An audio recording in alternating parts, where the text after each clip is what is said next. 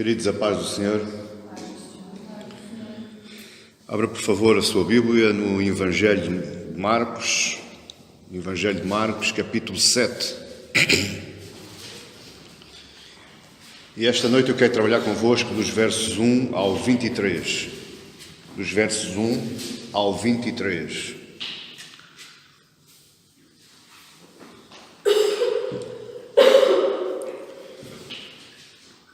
Porque a leitura é muito extensa, eu não vou ler esta passagem toda agora. Vamos trabalhá-la por pontos e olhando versículo a versículo e extraindo desta passagem, todas as instruções, todos os ensinamentos, todas as lições práticas para a nossa vida. Nós estamos perante o 28º estudo sobre este Evangelho e ainda só vamos no capítulo 7. Imagino quando chegarmos ao 16. Amém? Quantos estudos não são? Quanto tempo não... Eu não sei, só Deus é que sabe. Mas com certeza Deus vai nos permitir estudar todo este Evangelho. E eu quero pensar com vocês hoje sobre a tradição dos anciãos. A tradição dos anciãos. E eu queria, por favor, que toda a igreja hoje prestasse bastante atenção. Para o que está fazendo, olhe somente para a sua Bíblia, abra a sua Bíblia e siga comigo, porque esta é uma das lições mais importantes que Jesus vai dar para a sua igreja. Você está a ouvir o que eu estou dizendo? Esta mensagem, este sermão, esta lição, ela tem a ver com o culto público. Ela tem a ver com aquilo que nós fazemos aqui neste lugar e com aquilo que nós fazemos lá em casa ou em todo o lugar onde nós andemos. Este é o terceiro grande confronto entre Jesus e os escribas e os fariseus. E este também é o confronto que vai determinar no coração dos fariseus a sentença final de Jesus, ou seja, a crucificação de Cristo. É a partir deste confronto que Jesus tem com os fariseus que eles dizem lá no seu coração: basta, nós vamos querer matá-lo, nós vamos matá-lo, este homem tem que desaparecer do nosso meio. E antes de entrar na passagem, eu queria lhe dizer algumas coisas.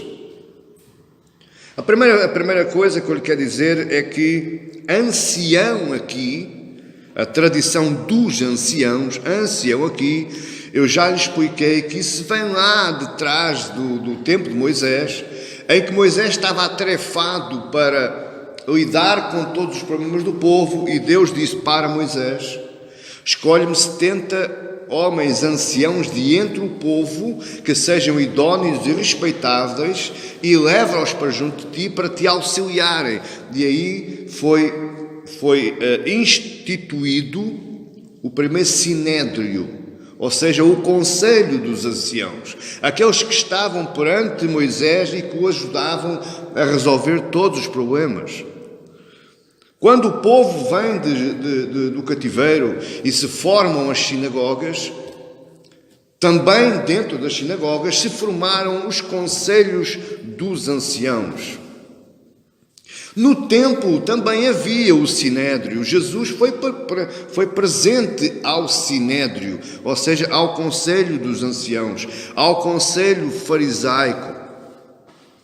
E a esta altura, na altura desta passagem, já estava montado o grande esquema de perseguição a Jesus e ao seu ensinamento. Veja que no verso 1 diz: ora, reuniram-se a Jesus, aproximaram-se de Jesus, foram até Jesus os fariseus e alguns escribas, vindos de Jerusalém. Meu amado irmão, eles não foram lá para aprender os ensinamentos de Jesus.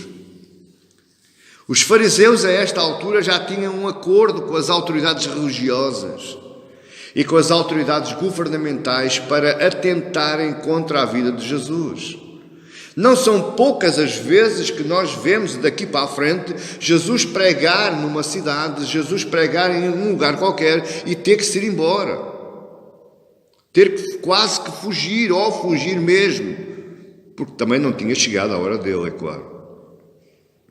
E então eles enviam espiões para observarem Jesus e as suas práticas. Para que é que eles fazem isso? Para buscarem ocasião para acusar Jesus. Mas antes de entrar neste texto, eu queria que o meu irmão prestasse atenção. E este é um tema bastante polémico. Para já, em primeiro lugar, é um tema que poucos pastores o pregam. É um tema que não traz povo. É um tema que desconstrói a ideia do povo. E eu já ouvi muitas vezes dizer, como, por exemplo, o pastor está sempre a acusar as outras doutrinas. É claro que eu estou sempre a acusar as outras doutrinas. Jesus fazia o igual, Jesus fazia o mesmo. Todo o verdadeiro cristão, todo o cristão que é cristão, ele tem que denunciar as falsas doutrinas, os falsos ensinamentos. E nós vamos já perceber porquê ao longo deste sermão. Então, o que é que o texto não está dizendo? O que é que todo este texto, do verso 1 ao 23, ele não está dizendo? Em primeiro lugar, ele não está dizendo que Cristo está combatendo a teologia. Porque existem muitos a ensinar que estudar teologia é algo que endurece o coração dos crentes, é algo que massa os crentes, é algo que desanima os crentes. Existem muitos a ensinar que ensinar teologia torna o cristão mais frio. Você está a me entender? Paulo vai dizer igual, ou seja, eles vão buscar a passagem de Paulo e aplicam aqui neste contexto, o que está totalmente errado. Em 2 Coríntios 3,6, Paulo diz assim: o qual nos fez também capazes de ser ministros de um novo testamento, não da letra, mas do Espírito, porque a letra mata e o Espírito vivifica. Então esses que ensinam esta doutrina, eles dizem, não vamos ensinar teologia ao povo, porque o povo fica mais frio. Então o que é que a gente faz? Reduzimos a letra, reduzimos a palavra, reduzimos a teologia e vamos para o show, vamos para o espetáculo, porque isso é que aquece o povo. Paulo não está a falar nada disto. Paulo está alertando lá os coríntios por causa deles juntarem a lei cerimonial, a lei sacerdotal ao Evangelho. E Paulo está dizendo, não, a lei cerimonial, a lei sacrificial, a lei do lado do templo, ela mata hoje. Porque a Bíblia diz, quem não reconhecer o sacrifício de Cristo, faz-se assassino dele. É como se fosse ele a crucificá-lo. Você está a entender isto?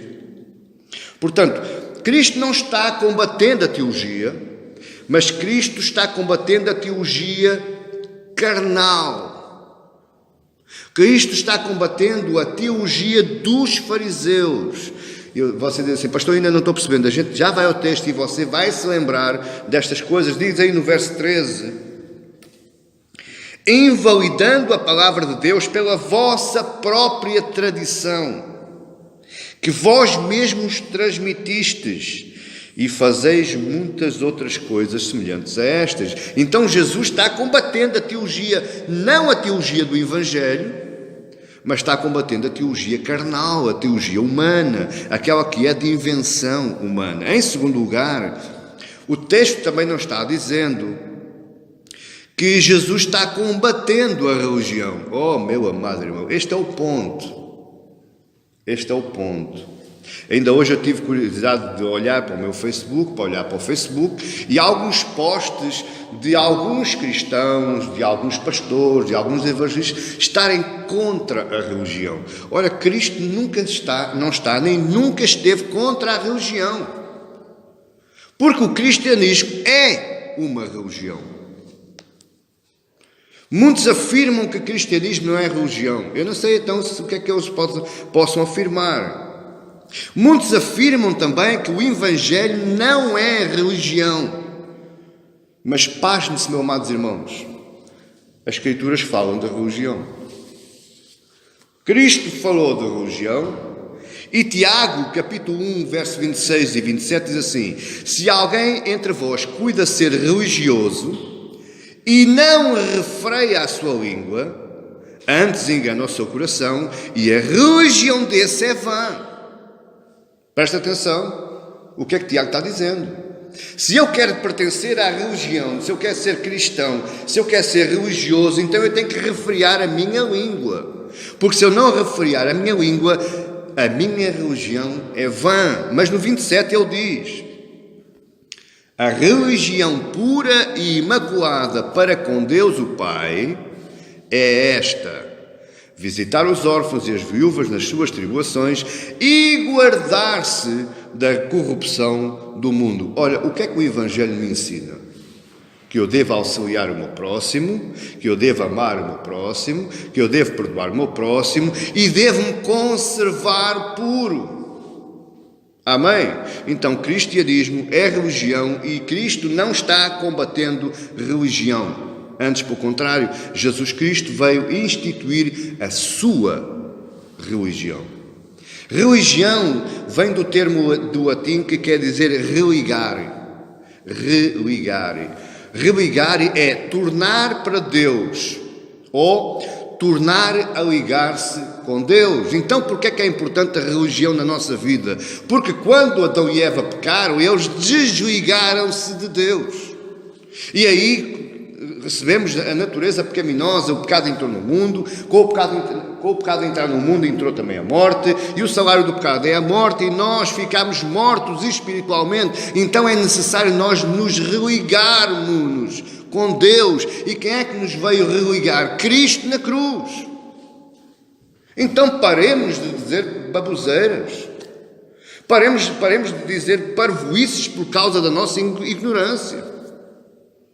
Quando nós dizemos que a religião é má, estamos a deitar tudo por terra, aquilo que Cristo fez na cruz, porque Ele veio nos religar com Deus.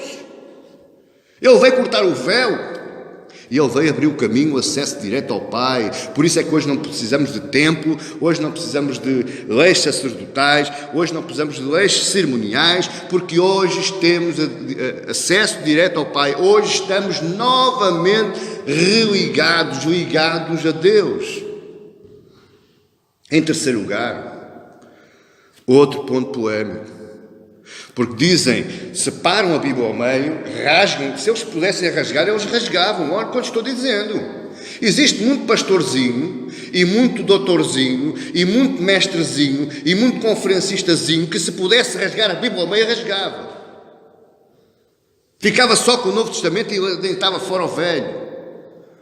Porque eles dizem que o Velho Testamento é lei, o Novo Testamento é graça. A graça houve sempre.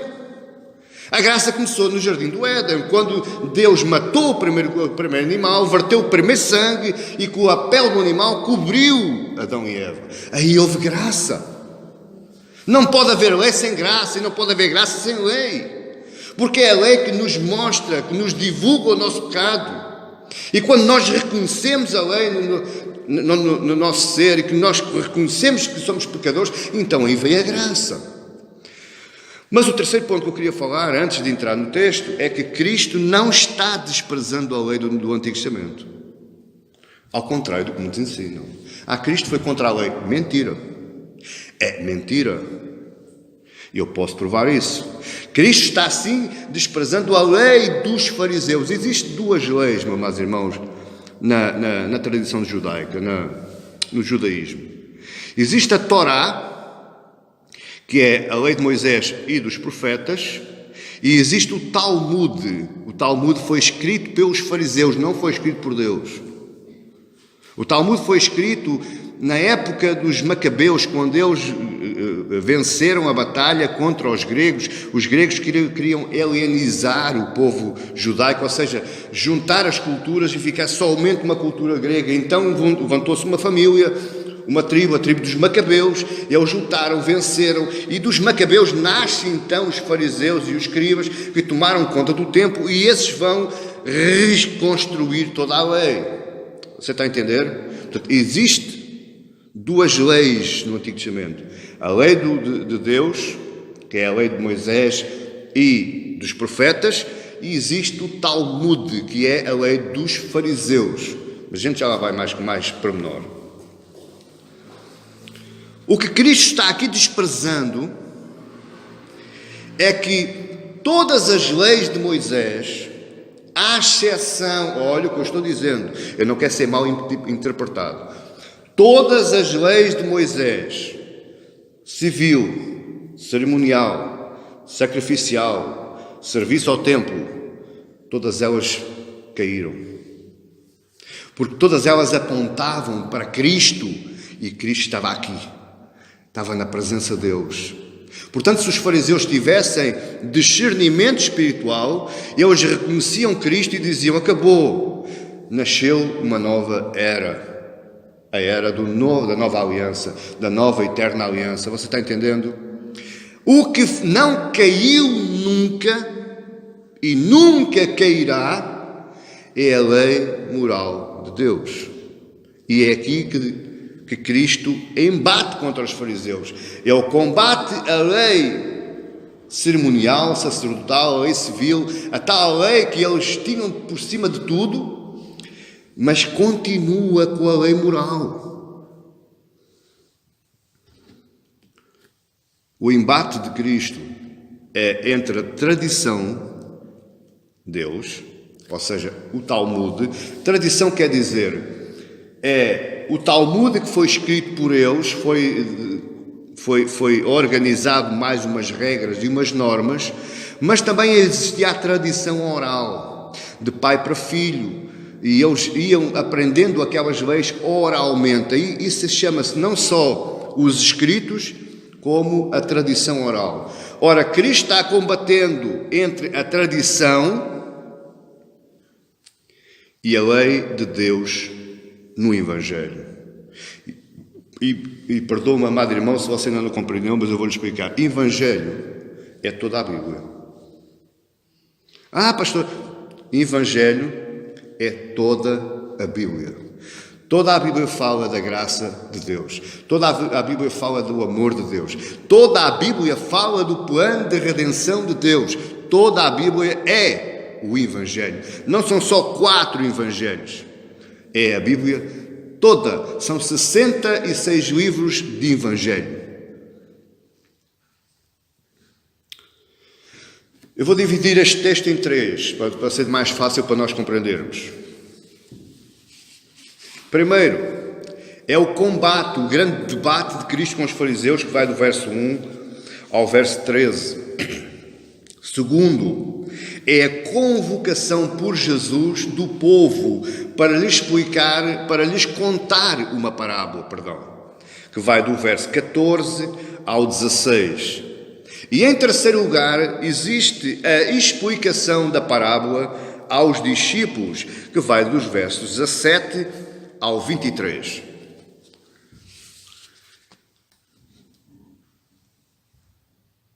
Cristo vai aqui expor a nossa tendência. E eu, quando falo tendência aqui, entenda-se como inclinação, como vontade, como o meu prazer, a tendência do nosso coração. Amém? Sempre que eu falo de tendência, é a vontade do coração, é aquilo que o meu coração quer fazer. Amém? Não é aquilo que a Bíblia diz para eu fazer, é aquilo que o meu coração quer fazer. Ora, o texto, Cristo expõe neste texto a nossa tendência para a criação de objetos esses como meios de adoração, a nossa tendência para a criação de normas de adoração, para a criação de preceitos externos à palavra de Deus para a adoração. Porquê? Porque o nosso coração tem a tendência a dizer assim: eu vou fazer um bocadinho melhor que aquilo que Deus quis fazer. Deus poderia ter adornado mais isto, Deus poderia ter trabalhado mais este assunto, porque assim é que eu acho que fica um culto espetacular.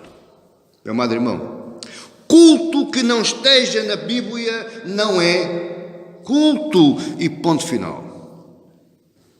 Culto onde Deus não é o centro não é culto, é uma reunião familiar.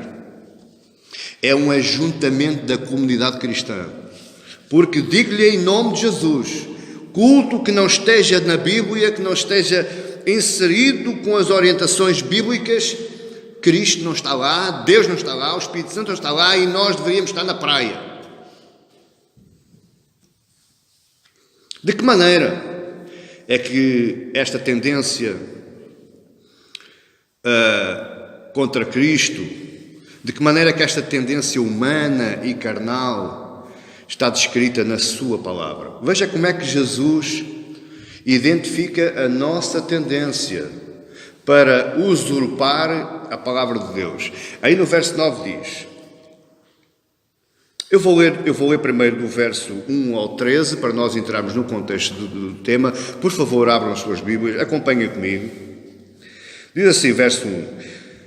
Vamos ler a partir do verso 53, para entrarmos no contexto. Você sabe que Jesus ultrapassou o mar da Galileia, ele andou sobre as águas, ele entrou no barco, ele ia para, os discípulos iam para Betsaída, mas Jesus, entretanto, ele caminha sobre as águas, ele entra no barco e vai para Cafarnaum.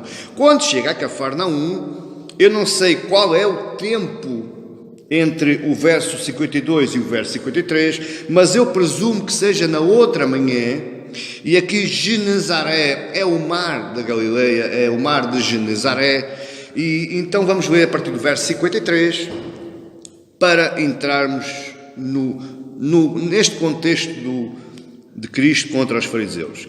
Estando já, verso 53 do capítulo 6, estando já no outro lado, chegaram à terra em Genezaré, onde aportaram. Saindo eles do barco, logo o povo reconheceu Jesus. E, percorrendo toda aquela região, traziam em leitos os enfermos para onde ouviam que ele estava. Onde quer que ele entrasse, nas aldeias, cidades ou campos, punham os enfermos nas praças, rogando-lhes que os deixasse tocar ao menos na orla da sua veste. E quantos a tocavam, saíam curados. Glória seja dada ao nome de Jesus. Amém? Então entendemos que Jesus para em Cafarnaum, ele aporta o barco, ele sai do barco e começa a andar de terra em terra, de aldeia em aldeia, ao norte de Jerusalém, lá na Galileia. E os fariseus ouviram estas coisas lá ao sul, em Jerusalém. Se você tiver um mapa na sua Bíblia, você vai ver que a distância entre Jerusalém e o mar da Galileia é uma distância significativa, não é tão perto. Mas as notícias lá corriam rápido. Eu não sei como, porque eles não tinham e-mail, não tinham Facebook, não tinham internet, mas a notícia lá corria rápido.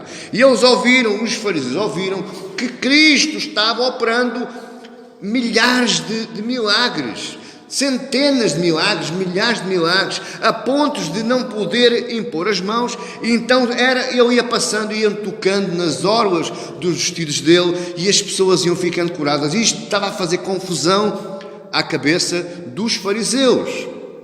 Tudo bem. Então passamos para o capítulo 7. Ora, reuniram-se a Jesus os fariseus e alguns escribas vindos de Jerusalém. E vendo que alguns dos discípulos dele comiam pão com as mãos impuras, isto é, por lavar, pois os fariseus e todos os judeus, observando a tradição dos anciãos, não comem sem lavar cuidadosamente as mãos. Quando voltam da praça, não comem sem se aspergirem. Aspergirem aqui é lavar, amém? Há outras Bíblias que diz batizar, mas é lavar mesmo, é lavar. E há muitas outras coisas que receberam para observar, como a lavagem de copos, jarros, vasos de metal e camas. Interpelaram os fariseus e os escribas, porque não interpelaram-no os fariseus e os escribas? Porque não andam os teus discípulos de conformidade com a tradição dos anciãos, mas comem com as mãos por lavar? E respondeu-lhes Jesus: bem profetizou Isaías a respeito de vós, hipócritas. Como está escrito: este povo honra-me com os lábios, mas o seu coração está longe de mim. E em vão me adoram, ensinando doutrinas que são preceitos de homens. negligenciando o mandamento de Deus, guardais a tradição dos homens. E disse-lhes ainda, jeitosamente rejeitais o preceito de Deus, para guardardes a vossa própria tradição. Pois Moisés disse, honra a teu pai e a tua mãe, e quem maldisser a seu pai ou a sua mãe será punido de morte. Vós, porém, dizeis, se um homem disser a tua mãe, a seu pai ou à sua mãe, aquilo que poderias aproveitar de mim é corbã, isto é, oferta para o Senhor, então o dispensais de fazer qualquer coisa em favor de seu pai ou de sua mãe, invalidando a palavra de Deus, pela vossa própria tradição que vós mesmo transmitistes e fazeis muitas outras coisas semelhantes. Este é o confronto de Jesus. Esta é a primeira parte do nosso texto. E esta tendência que o nosso coração tem, Jesus a adjetiva com um adjetivo maravilhoso. Ele diz aí no verso 9, e disse-lhes ainda, jeitosamente rejeitais o preceito de Deus para guardardes a vossa própria tradição. Jesus diz, rejeitais jeitosamente. Jeitosamente. O que é jeitosamente? Eu já vou falar mais sobre o jeitosamente, mas para você perceber, jeitosamente é algo que é hábil, ou algo que é sublime, ou algo que está mascarado, que não pertence realmente à realidade. Bom, primeiro ponto que nós estudamos hoje, hoje vou passar um bocadinho, mas aguentem, porque isto é muito importante para nós e para a igreja. O primeiro ponto é Jesus combate as tradições do verso 1 ao 13 que nós lemos.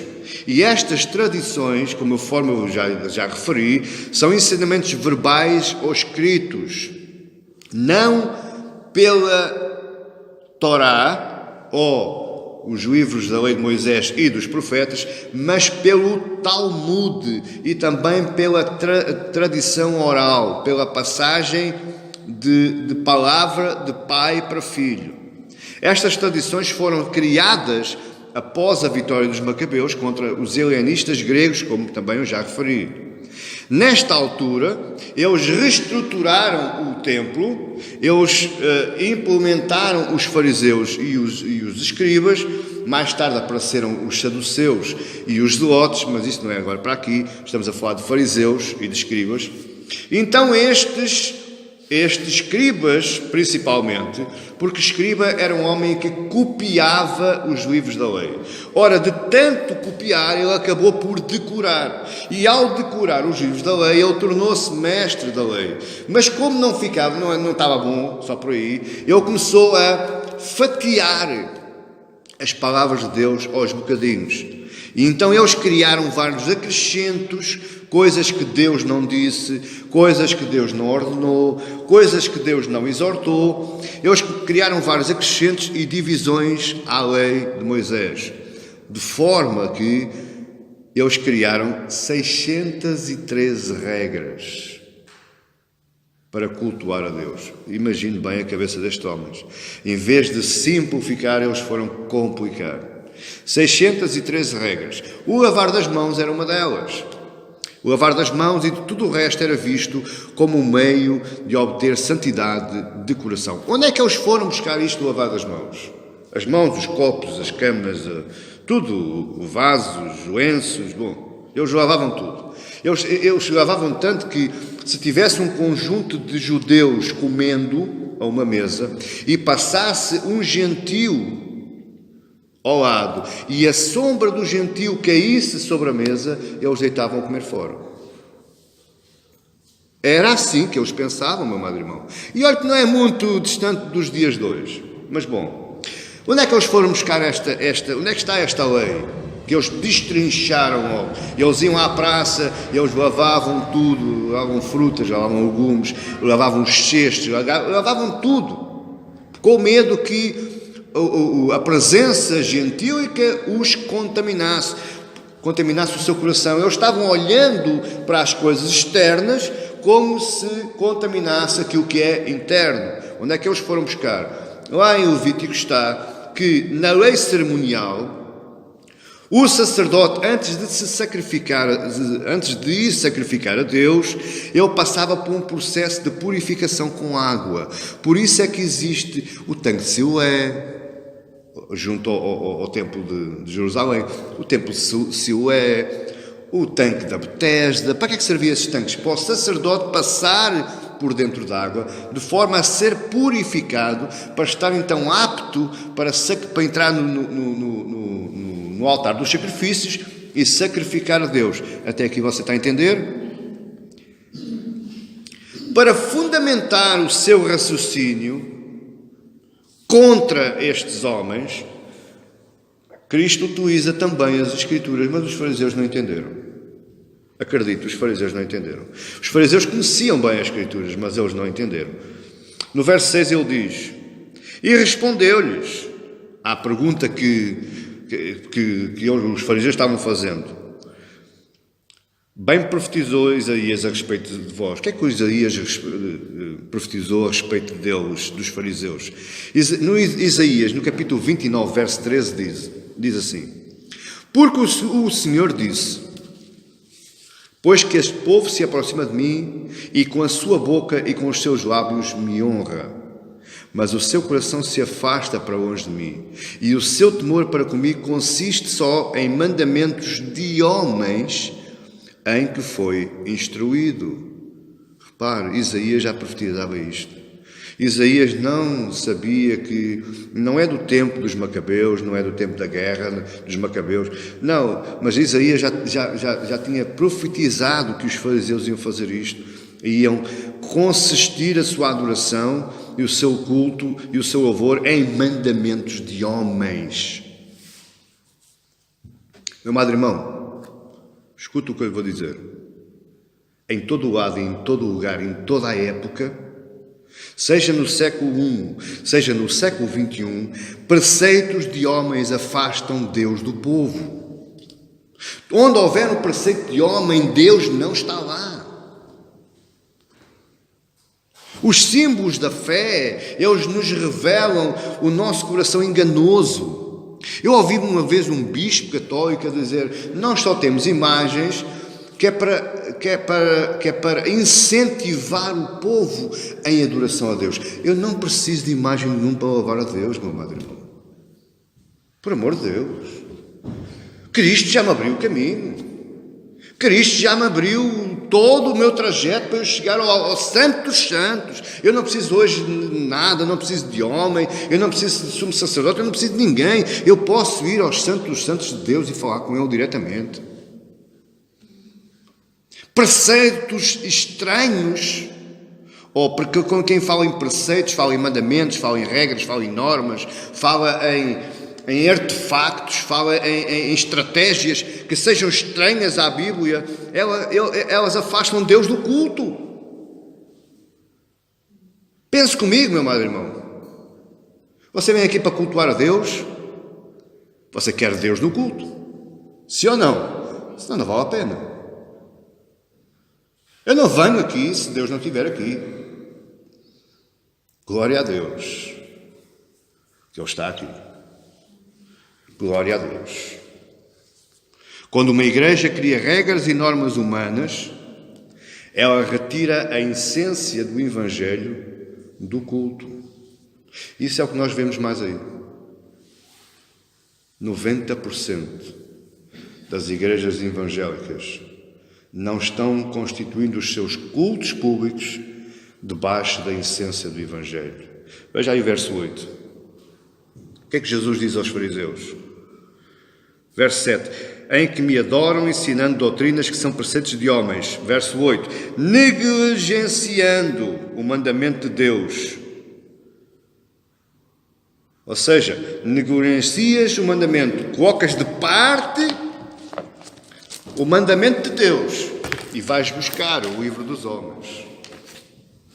Negligenciando o mandamento de Deus para guardares a tradição dos homens.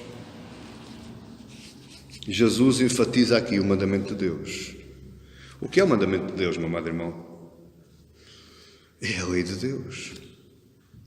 Não a tal lei cerimonial, não a tal lei civil, não a tal lei sacerdotal, mas todo o resto da lei. A lei dos profetas, é a lei de Deus.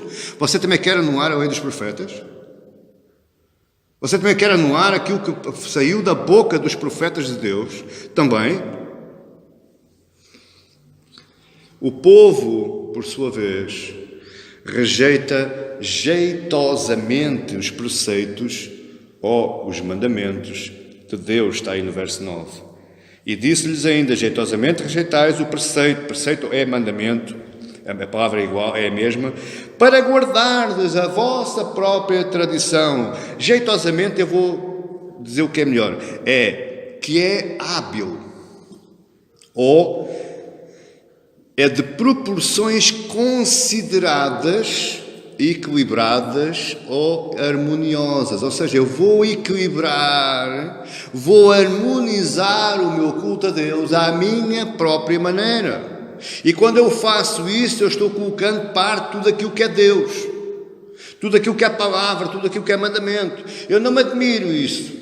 Eu frequentei igrejas, eu fui frequentador de igrejas, eu fui membro de igrejas, onde se louvava, cantava, dançava, fazia-se teatro, fazia-se espetáculo, show e palhaçada durante 45 minutos e guardava-se 15 minutos para a palavra. Eu pergunto, Deus estava nesse culto? Não. Não. Prepentoriamente, não estava nesse culto. Preceitos de Deus é que mandamento de Deus. E rejeição aqui, quando Deus diz jeitosamente rejeitais, o que é que quer dizer a palavra rejeitais? Rejeitais quer dizer rebeldia. Mas não é aquele tipo de rebeldia ativa, atroz, aquele tipo de rebeldia corajosa, não. É uma rebeldia subtil, mascarada. Pastor, mas eu estou trabalhando para Deus. Pastor, a minha coreografia é para Deus. Você está a entender isto? Nós estamos rejeitando jeitosamente aquilo que é de Deus. E por causa disto tudo, os fariseus estavam invalidando a palavra de Deus. É possível invalidar? É. Olha o verso 13. Invalidando a palavra de Deus pela vossa própria tradição. Então, se eu vou fazer coisas minhas, Deus sai de cena. Então já não é culto público a Deus. É culto público para os meus irmãos, para entreter os meus irmãos, para que eles fiquem cheios do manto, cheios do fogo, para que eles saiam daqui a saltitar, parecem pardalinhos. Só que no seu coração não há palavras, no seu coração não há Espírito de Deus, no seu coração não há graça, não há misericórdia, porque negligenciamos, invalidamos a palavra de Deus. Eles estavam desconsiderando, o que Jesus está aqui dizendo, em outras palavras, é que eles estavam desconsiderando, eles estavam desqualificando, eles estavam invalidando. Invalidar quer dizer criar nulo, ou criar nulidade, ou deixar de existir. Pronto, para você entender. Muitos optam hoje por estas práticas. Sabe porquê? Porque gostam. É mais agradável. É um culto mais dinâmico. O povo gosta, o povo mexe, o povo vai lá e ferve, e treme, e sua, e pronto. Assim é que o povo gosta. Porque isso está na tendência do nosso coração. Porque o nosso coração vai sempre ao que nos é mais agradável. Amado irmão, existe uma batalha diária entre o nosso coração e o nosso espírito. O nosso coração tem duas facetas. Tem uma que é aquela que é mais agradável. E tem a outra que é o Evangelho. E no Evangelho nós não temos nada que nos agradar. Porque muitas vezes a palavra de Deus fere, dói, magoa. Muitas vezes a palavra de Deus nos tira do sofá, na zona de conforto, e ela coloca-nos no conflito. Note uma coisa que eu lhe vou dizer, meu amado irmão. Eu não tenho problema nenhum, porque eu sei que estou a falar debaixo do Espírito Santo de Deus. Estou gravando, olha, é para a posteridade. Até me podem chamar mentiroso se eu disser que não disse isto, mas eu vou dizer. Quando a Igreja opta por estas práticas estranhas às Escrituras, com o único intuito de levar o povo a se sentir bem, elas estão, na verdade, afastando o Cristo do povo. E agora escute, mais grave ainda, elas estão profanando a Cristo. Não me venha dizer que a igreja A é pior que a igreja B. Se você não prega a palavra, se você não faz o culto verdadeiro a Deus, você é igual aos outros. É seita. Não é cristão, não é igreja evangélica, não é igreja cristã. É uma seita. Uma seita criada debaixo de preceitos e normas humanas. Porque Cristo não está lá porque Ele foi profanado. Sabe o que quer dizer profanado? É retirar o valor daquilo que Ele fez na cruz por si e por mim. Isso é profanar a Cristo. Cristo agora vai exemplificar isto aos fariseus, porque acho que eles não perceberam bem.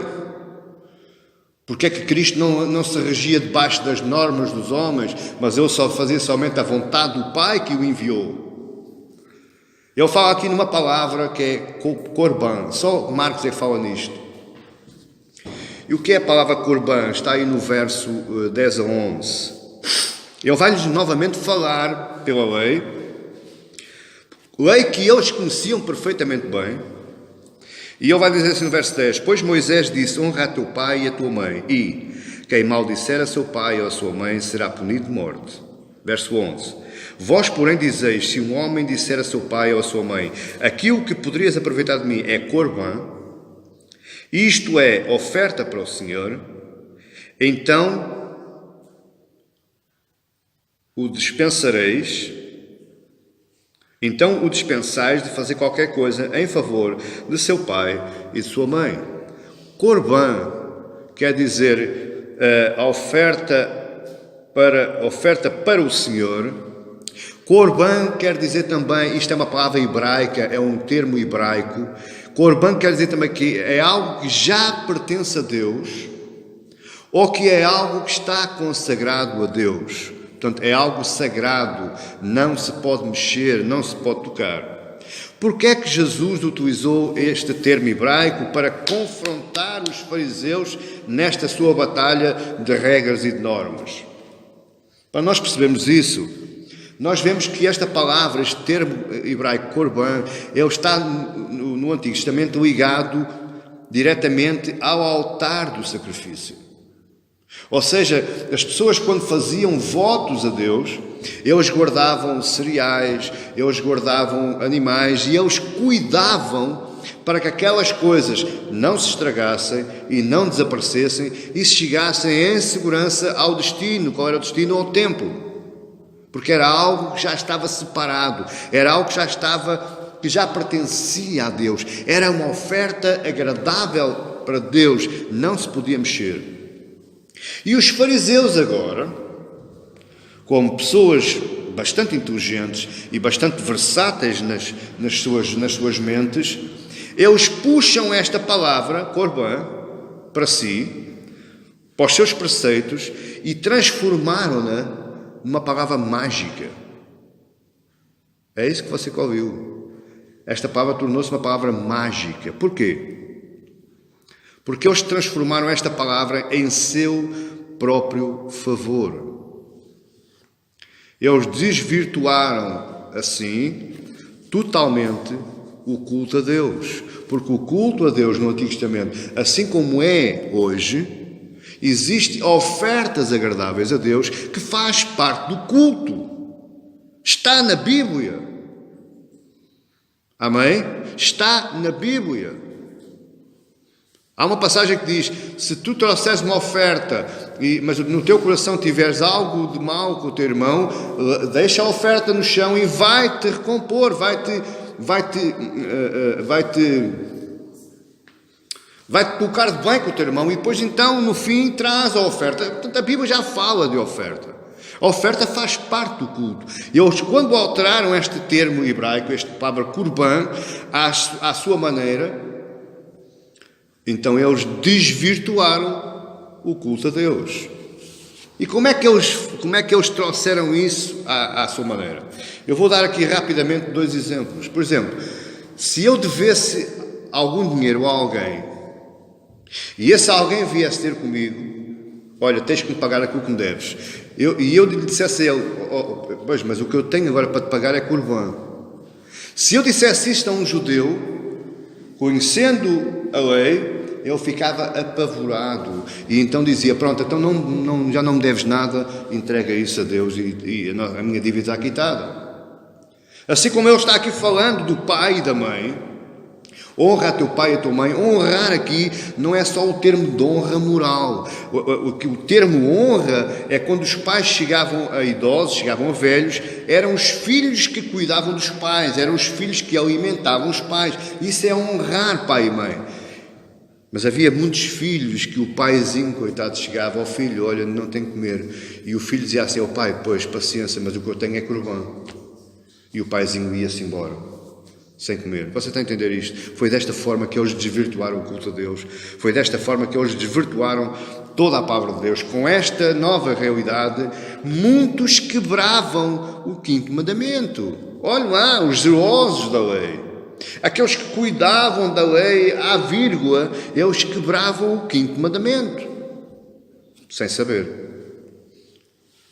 Corban era uma oferta a Deus de qualquer tipo, sangrenta ou sem sangue, mas particularmente em cumprimento de um voto. A lei estabeleceu regras para votos, e isto está em Levítico 27:1 e em Números 30:1, a lei de Moisés.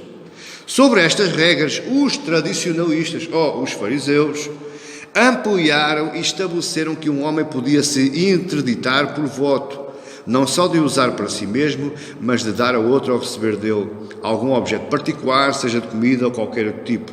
A coisa assim interditada era considerada como Corban. Uma pessoa poderia assim isentar-se de qualquer obrigação inconveniente sobre o pretexto de Corban. Foram práticas desse tipo que o nosso Senhor repreendeu, anulando o espírito da lei. Isto está em Marcos 15:5 e Mateus 7:11. Isto foi tirado de um dicionário bíblico e eu tive a curiosidade de ir retirar aquilo que quer dizer Corban. Está exatamente inserido naquilo que Jesus está combatendo. Entenda, para acabar este ponto, tudo o que não está nas Escrituras é profanação ao Senhor. Tudo o que não está nas Escrituras é profanação a Cristo. A cruz é o nosso verdadeiro Corban.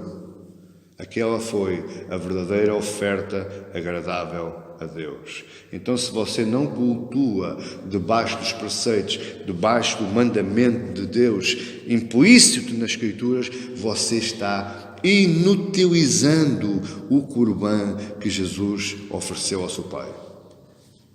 Isto é grave, meu irmão. Isto é grave. E isto é sério. Não podemos andar mais a brincar às igrejinhas, aos cristãozinhos e aos evangelhozinhos. Isto é sério. Isto é sério. Hoje, o evangelho, e se você tiver na dúvida daquilo que estou a dizer, abra a internet.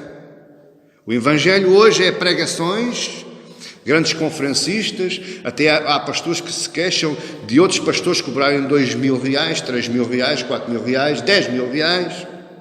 Hoje o evangelho é para ganhar dinheiro. É nas pregações, é nas danças coreográficas, é no show gospel. Você já viu quanto é que dinheiro é que ganha um cantor só para cantar meia hora num culto, ou 10 minutos, ou um quarto de hora? Você já viu quanto dinheiro é que eles ganham em CDs à custa dos crentes, coitados, que muitas vezes não têm pão para comer lá em casa? Isto é sério, meu amado irmão, isto é sério. Chega de brincar com o culto público a Deus, chega. Temos que voltar lá atrás, como foi no tempo de Malaquias. Segundo lugar, Deus convoca o povo e fala-lhes por uma parábola. A parábola está lá no verso 14 a 17. E convocando ele de novo a multidão, disse-lhes: ouvi-me todos e entendei. Não há nada fora do homem que, entrando nele, o possa contaminar. Mas o que sai do homem é o que o contamina. Se alguém tem ouvidos para ouvir, ouça. É só até aqui, verso 16. Se alguém tem ouvidos para ouvir, ouça. Ele conta uma parábola ao povo. Que povo era este? O povo que estava assistindo ao confronto entre Jesus e os fariseus.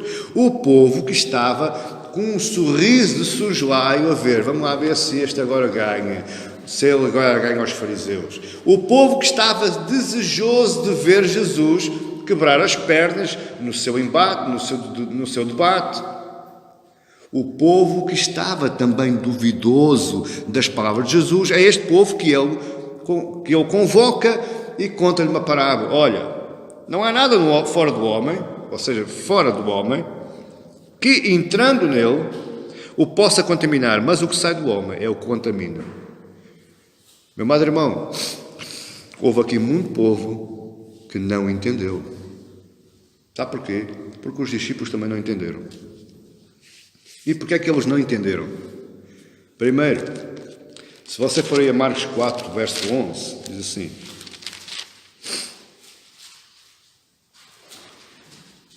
e ele lhes respondeu: a vós outros vos é dado conhecer o mistério do reino de Deus. Ele está a falar a explicação das parábolas, ele está falando o porquê das parábolas. A vós outros vos é dado conhecer o mistério do reino de Deus, mas aos de fora tudo se ensina por meio de parábolas, para que, vendo, vejam e não percebam, e ouvindo, ouçam e não entendam, para que não venham converter-se e haja perdão para eles. Em Mateus, a passagem paralela, olha o que é que Jesus disse aos seus discípulos acerca dos fariseus e do povo que não entendeu as parábolas. Olha,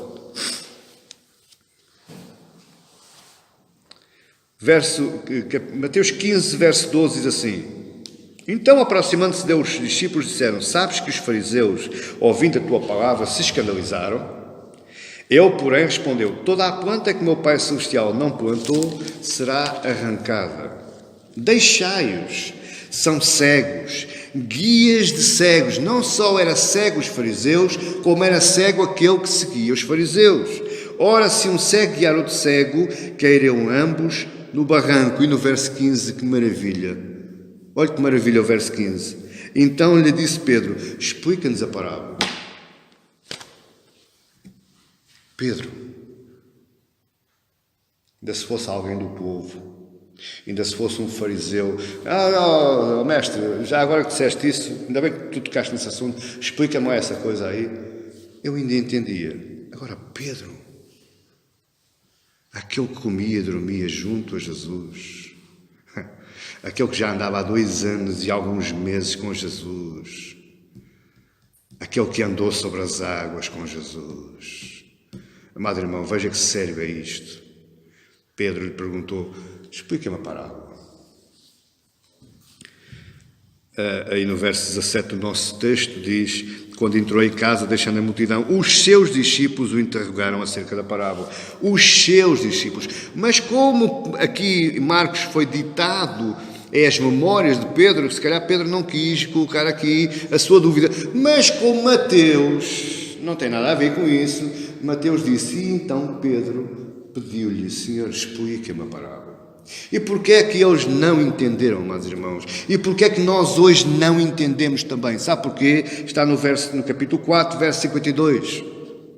Porque não haviam compreendido o milagre dos pães, antes o seu coração estava endurecido. A tendência do nosso coração é para ficar endurecido, não endurecido totalmente.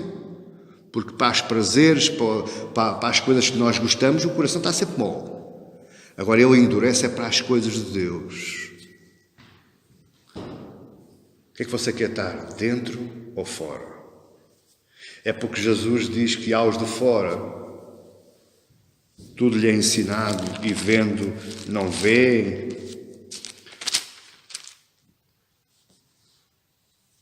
Para que vendo vejam e não percebam, e ouvindo ouçam e não entendam, para que não venham a converter-se e haja perdão para eles. Para que não venham a converter-se.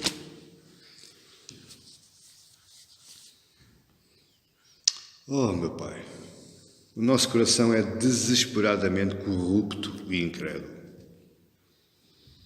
Entenda isto, por favor. O que nós precisamos mais ansiosamente é que Deus trabalhe no nosso coração. Porque Ele é corrupto e incrédulo. Na terceira parte do nosso texto, então Jesus explica a parábola aos discípulos, vai lá do verso 17 ao 23. Ele vai dizendo: quando entrou em casa, deixando a multidão, os seus discípulos o interrogaram acerca da parábola. Então lhes disse: assim vós também não entendeis?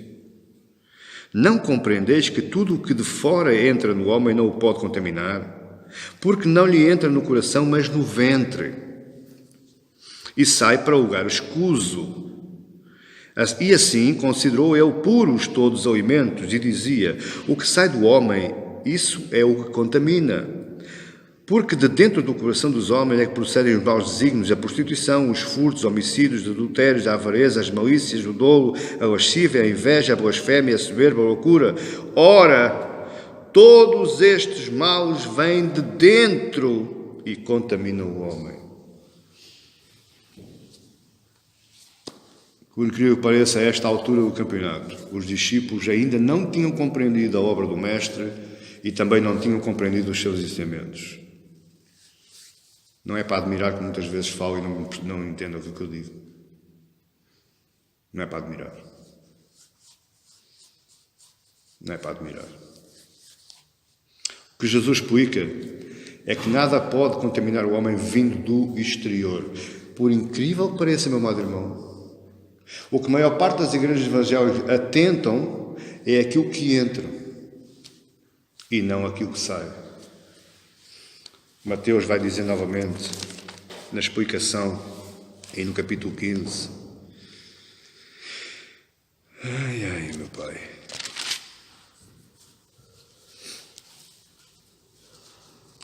No verso 15 a 19 diz assim: porque do coração procedem os maus desígnios. Porque do coração prosseguem os maus desígnios. E no verso 20 diz assim: são estas as coisas que contaminam. Toda aquela lista que eu disse, que é a lista de pecados graves, que são pecados do coração. Olha, meu irmão, são pecados do coração. Não são pecados do espírito, não são pecados de blasfémia, não, são pecados do coração. No verso 20 diz, no Mateus 15, 20: são estas as coisas que contaminam o homem, mas o comer sem lavar as mãos não o contamina. E para nós percebermos, Pedro vai entender mais tarde o que é que Jesus estava aqui dizendo.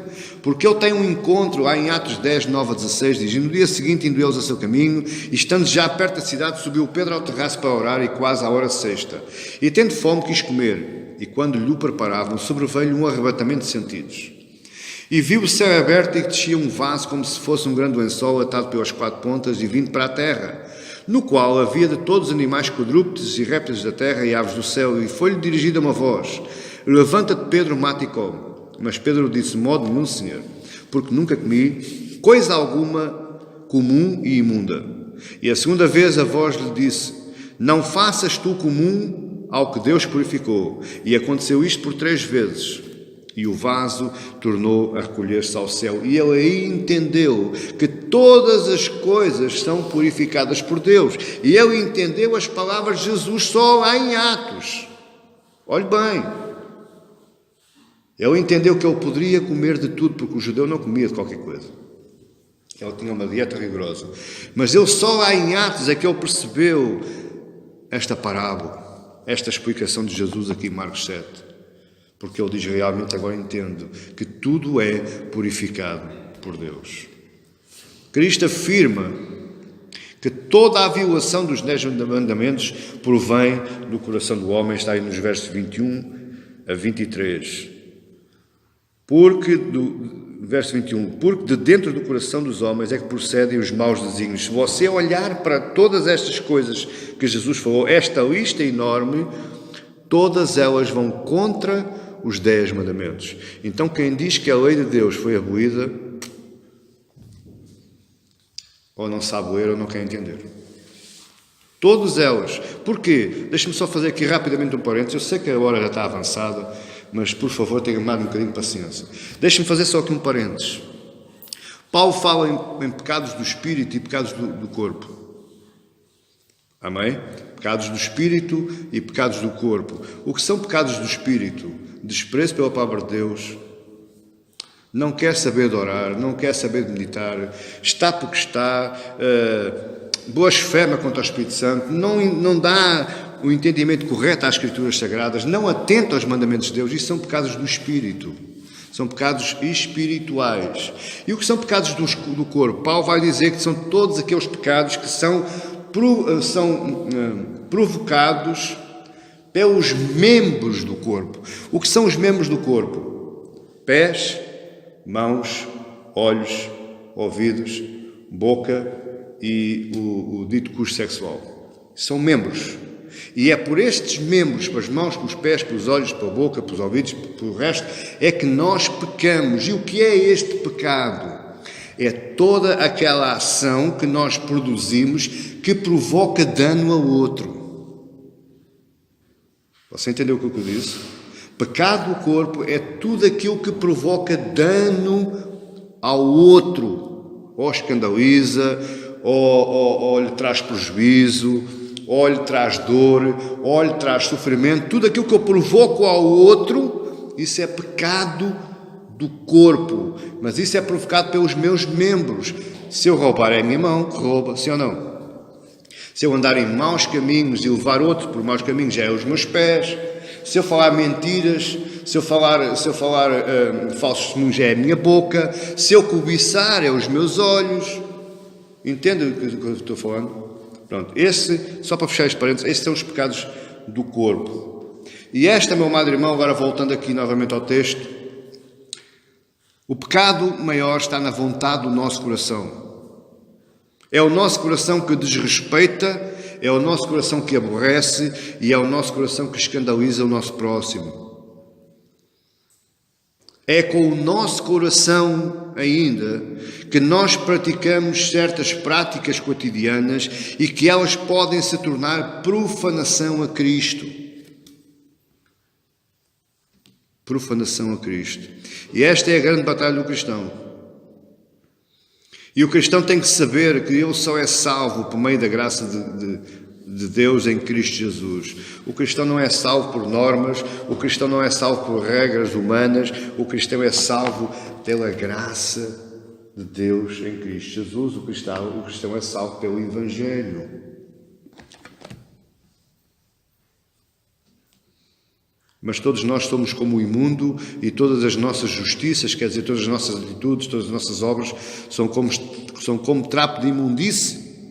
E todos nós murchamos como a folha, e as nossas iniquidades como um vento que nos arrebata. Eu li Isaías 64:6. Isaías sabia bem o que é o coração humano. Jeremias também. Ele conhecia bem o coração humano. E ele vai dizer, capítulo 17, verso 9: enganoso é o coração, mais do que todas as coisas, e perverso. Quem o conhecerá? Eu, Senhor, esquadrinho o coração e provo os rins.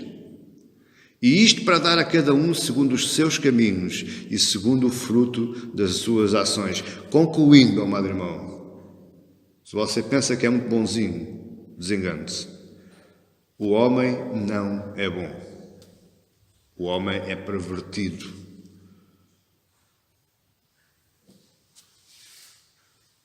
Muito perigoso é o nosso coração. O nosso coração é que nos leva muitas vezes à nossa ruína.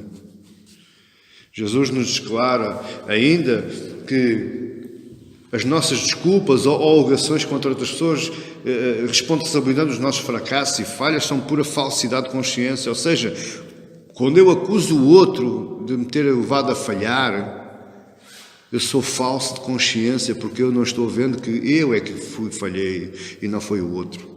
O outro não me levou a falhar, eu é que quis ir, porque o meu coração me inclina a isso. Amém, igreja? Eu queria terminar rapidamente com algumas aplicações deste texto para a nossa vida. Eu queria que você abrisse bem o seu ouvido e que guardasse no seu coração estas palavras. Você não vai, infelizmente, ouvir mais.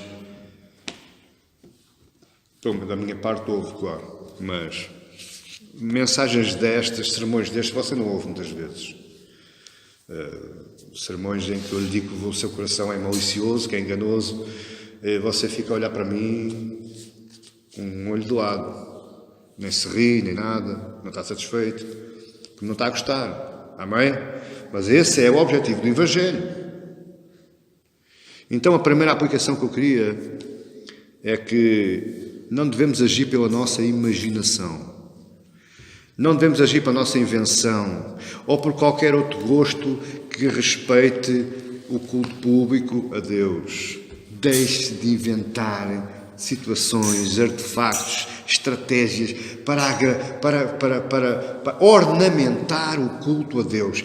Vá para a Bíblia e estude o que é o culto a Deus. Então façam o culto a Deus e eu lhe garanto em nome de Jesus que Deus se acampa ali no meio e a presença dele é real e majestosa em glória. Quando você olhar, o que é que está? Se não está nas Escrituras, não pratique. Se não está nas Escrituras, não faça. É lógico que existem algumas práticas que podem ser realizadas desde que não deturpem a palavra de Deus. Por exemplo, existem muitas igrejas que fazem, e bem, a escola bíblica dominical. Está na Bíblia? Não. Mas qual é o propósito da escola bíblica dominical? Agradar e glorificar a Deus. Amém? Então pratique.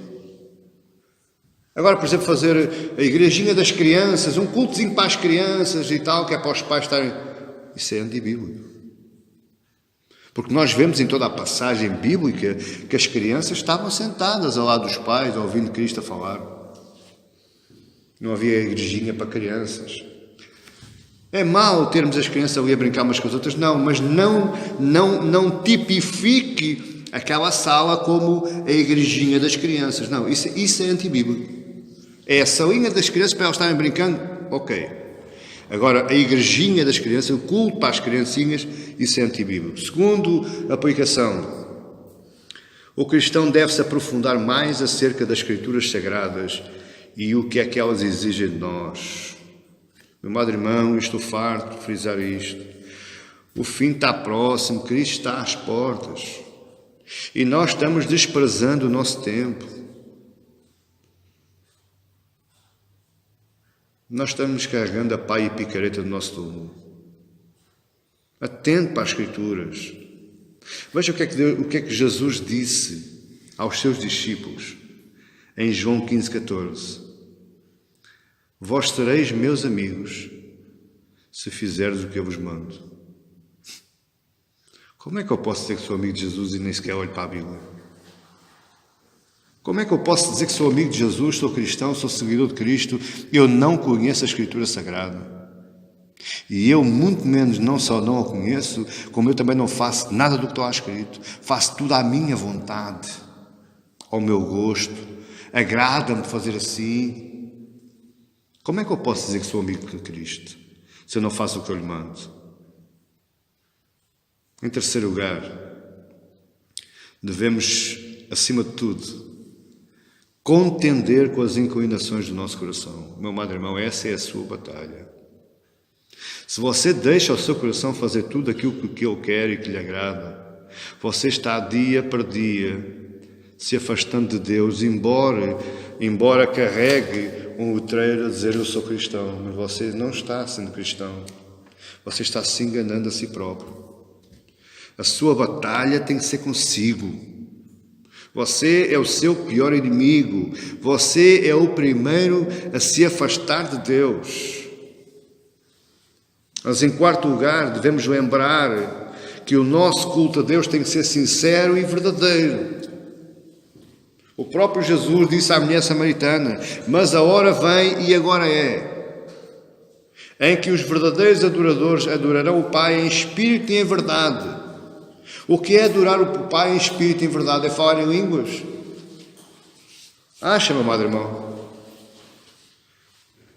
Em espírito e em verdade é atender às Escrituras e fazer somente conforme elas ensinam e conforme elas contemplam. Quinto lugar, Cristo disponibiliza a sua graça para que você compreenda a verdadeira religião e a verdadeira teologia. Se você não entende, peça sabedoria a Deus, que Ele derrame o seu conhecimento, que Ele derrame a sua sabedoria, que o Espírito Santo de Deus ilumine a sua mente para que você entenda. Quando você busca, você encontra. Quando você busca a Deus nas Escrituras, você vai encontrar Deus nas Escrituras. E em último lugar, e não menos importante, cuidado com o seu coração. Cuidado com o seu coração. Amém, igreja? Que Deus nos abençoe. Que Deus seja misericordioso conosco. Que Deus nos ilumine. Que Deus regenere o nosso coração. Que Deus nos dê força para este combate diário, árduo, difícil, que é a batalha com o nosso próprio coração. Que Deus incline os nossos corações à sua lei e aos seus mandamentos e aos desígnios que Deus criou através dos ensinamentos de Cristo Jesus. Amém? Que Deus os abençoe, amada igreja.